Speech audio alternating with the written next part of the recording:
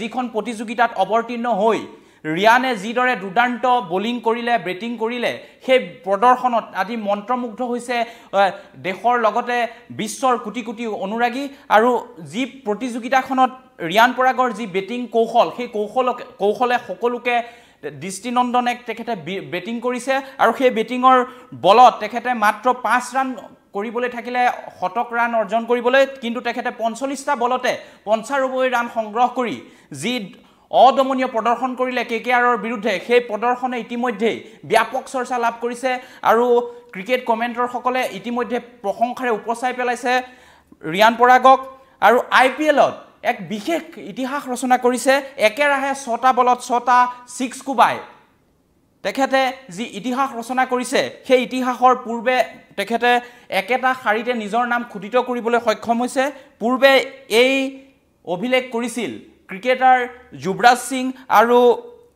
Chris গেলে এই অভিলেখ কৰা আমি দেখিবলৈ পাইছিলো কিন্তু এইবাৰ অসম সন্তানে ৰিয়ান পৰাগে যি তেখেতে অদমনীয় প্ৰদৰ্শন কৰি আজি প্ৰতিযোগিতাখনত জেনেদৰে উজলি উঠিছে সেই উজলি উঠাত ক্ৰীড়া অনুৰাগী তথা ক্ৰিকেট প্ৰেমীসকল যথেষ্ট আপ্লুত হৈ পৰিছে ৰিয়ান পৰাগে 13 অভাৰত মইন আলীৰ বিৰুদ্ধে একেৰাহে 5টা ছিক্সাৰ কোবাইছে আৰু পৰৱৰ্তী লিগেল ডেলিভাৰীত বৰুণ চক্ৰৱৰ্তীৰ বিৰুদ্ধে এটা 6 কোবাইছে আৰু এই যি তেখেতে অদমনীয় প্ৰদৰ্শন কৰিলে এই প্ৰদৰ্শনত তেখেতৰ যি অনবদ্য 95 ৰান তেখেতে কৰিলে 45টা বলত এই ইনিংছ চাই মন্ত্ৰমুগ্ধ হৈ পৰিছিল ষ্টেডিয়ামত থকা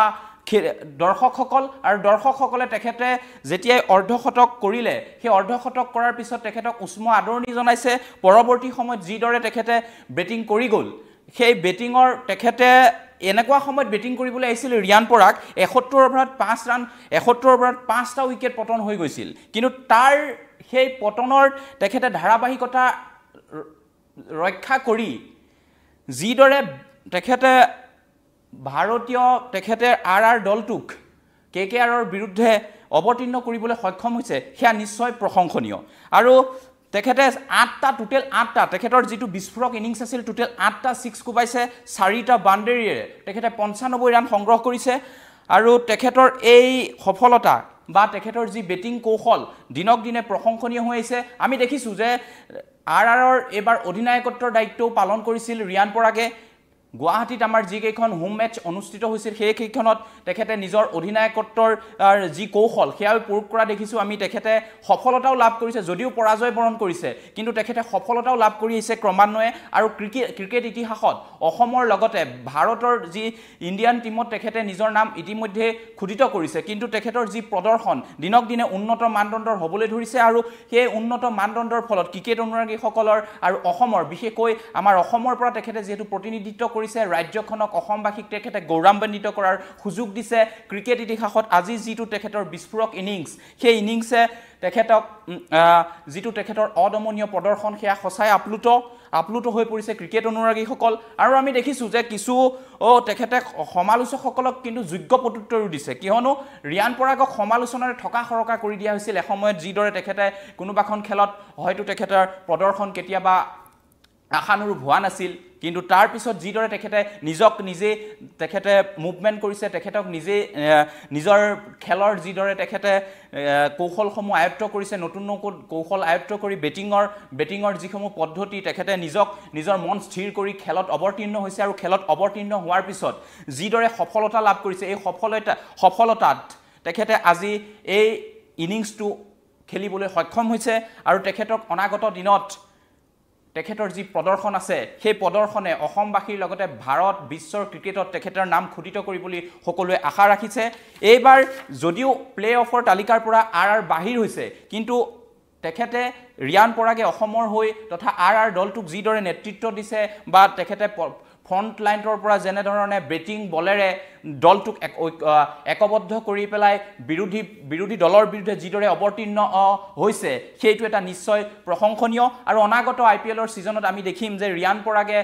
নিশ্চিতভাৱে সুন্দৰ প্ৰদৰ্শন কৰিব আৰু আৰআৰক IPLৰ খিতাপ দখল কৰাত সহায় কৰিব সেই এটা আশা সকলোৱে পুহি ৰাখিছে যাতে IPLৰ আৰআৰৰ হৈ পেলাই খিতাপ দখল কৰে ৰিয়ান পৰাগে আৰু এই যিকেইখন খেল হৈ গ'ল ইতিমধ্যে ৰিয়ান পৰাগে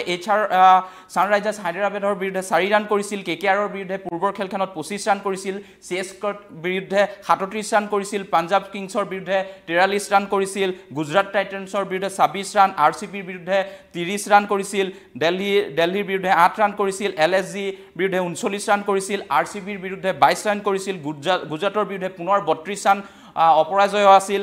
MI মুম্বাই ইণ্ডিয়ানছৰ বিৰুদ্ধে 16 ৰান কৰিছিল আৰু আজিৰ খেলখনত তেখেতে যি 95 ৰান কৰিলে সেইটো এটা নিখন্দেহে এক প্ৰশংসনীয় তেখেতে উৎকৃষ্ট বেটিং কৰিছে আৰু কেইটামান ৰান আৰু 5 ৰান কৰাৰ হলে হয়তো তেখেতে শতকটো অৰ্জন কৰিলে হয় প্ৰথমবাৰৰ বাবে তথাপিও তেখেতে যি সময়ত বোলিং বা বেটিং কৰি আছিল বেটিং কৰি থকাৰ সময়ত হয়তো দলটোক জিকোৱাৰ স্বাৰ্থতে তেওঁ হয়তো আউট হ'বলগীয়া হ'ল কিন্তু তথাপিও তেখেতৰ যি এই অনবদ্য 95 ৰান এই 95 ৰানে দলটোক এক চাকৰুদ্ধকৰ খেলখন আজি KKR মাত্ৰ 1 ৰানত বিজয় হ'ল কিন্তু যদি হয়তো ক্ৰিকেট প্ৰেমী বা অসমবাসী ভাৰতীয় RR অনুৰাগী আশা কৰিছিল হয়তো ৰিয়ান পৰাগ পিটছত থকা হলে আজিৰ খেলখন RR বিজয় লাভ কৰিলে হয় আজিৰ এই ডিজিটেল পোনপটীয়া সম্প্ৰচাৰৰ পৰা মই পৱন গগৈ বিদায় লৈছো ধন্যবাদ